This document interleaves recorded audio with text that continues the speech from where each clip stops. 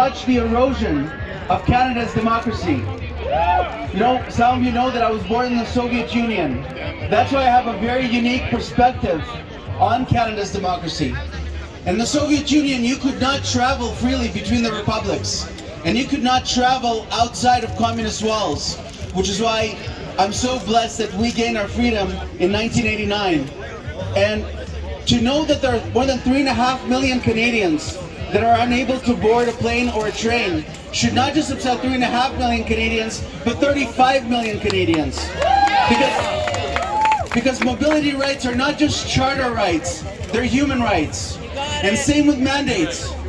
I think that it's inhumane to make someone choose between their ability to put food on the table and their personal healthcare choice.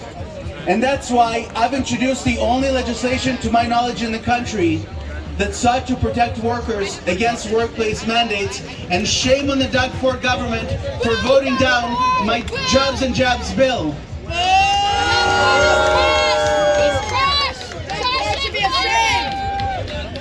And we are not going to give up, and we have to articulate a sensible message because there are so many Canadians that are counting on us. You can't just arrive when the truck or convoy comes to town and yell freedom. That's not good enough.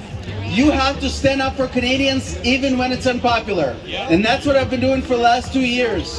And we have to tell Canadians comfortably, look, we know according to the manufacturer, we know according to the medical officer, that 2 shots offer minimal protection against infection. So any suggestion that anyone's risk of transmission is lower because the risk of infection is lower is completely off the table. No one is putting anyone at risk.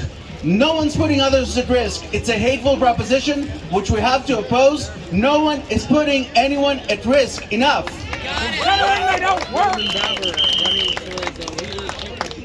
And how? How do we preserve and restore Canada's democracy? Through the most precious right of them all, and that's our freedom of speech. Freedom of expression is the holy grail of all rights, because through expression we protect all other rights. And it's not just expression at this square from which we were banned for almost 2 years, or inside Parliament where I was removed from the caucus for speaking out, articulating what millions of Ontarians and Canadians thought. It's also defending our regulated professionals. If medical and healthcare regulated professionals were able to speak their mind, we would have been out of this mess years ago. And our freedom to express ourselves on social media. I love all business, small business, medium business, big business, but we now have technological monopolies that use their platforms that are supposed to be just for posting, that are supposed to be neutral. They're using them to suppress speech, and I will not allow for that. When I am elected Prime Minister, I'm going to deal with them with antitrust law through the Bureau of Competition. I'm determined to restore Canadians' right to free expression online. We will do it.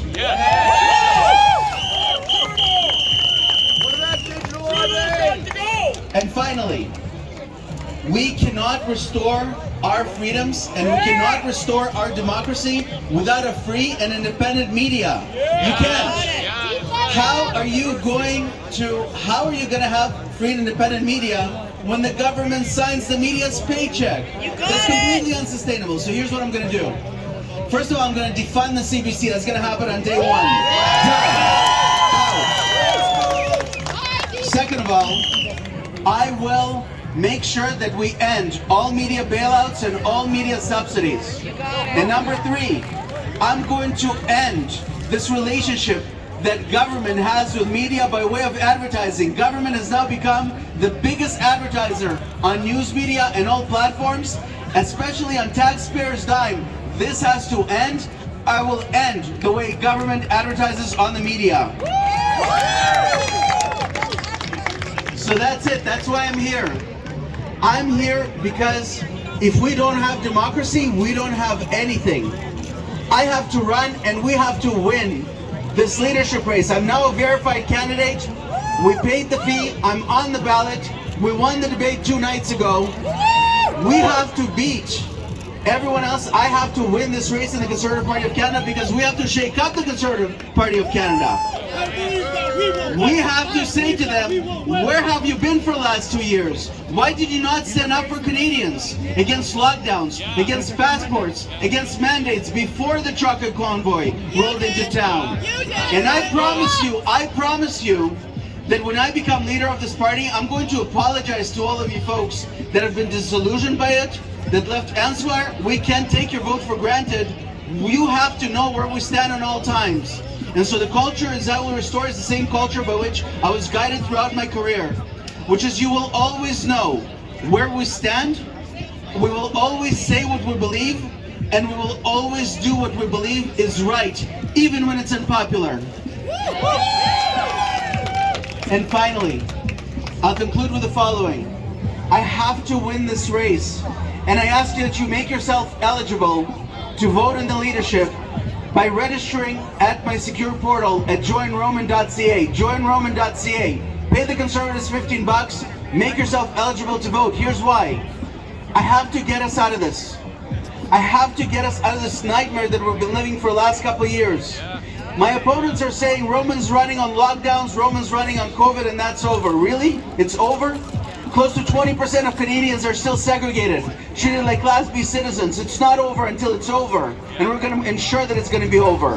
But there's more. We have to ensure that history regards what happened fairly. Canadians have been subjected to unprecedented methods and tactics that we've never seen before.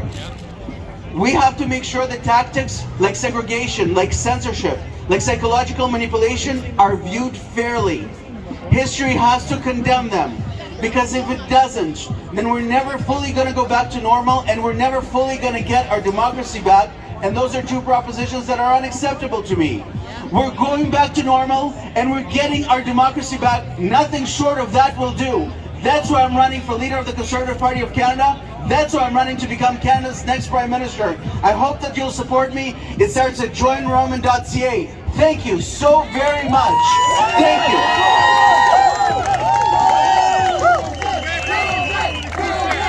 Thank you.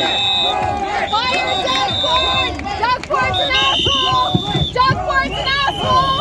Doug Ford's an asshole! Thank you so much, Fire Doug Ford!